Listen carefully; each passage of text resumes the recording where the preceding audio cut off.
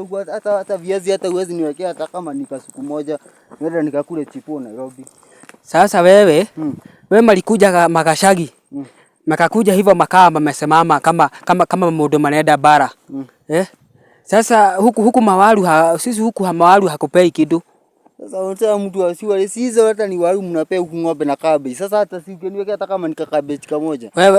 Wewe kutoka ile ulitoka Nairobi ulikuja na nini? Si niletea hiyo sisi yangu edi ala ile jo bigiji. Acha. Ni umetea hapo bigiji hapo tena unaanza kusema. Acha huwezi hata ulikula nini? Ulikula ndawaje sweet. Sasa mimi ukiniangalia hivi mimi hana modo wa kuleherwa dhwiti.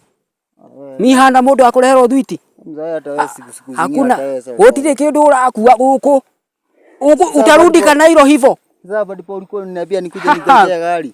Hata hakuna hata. Wewe gari ya kwenda unaenda Nairobi itakufikisha Giligili alafu uchukue gari ya kwenda Kanairo. Inaitwaje? Kana hiyo Nairobi hiyo. Utachukua gari uende.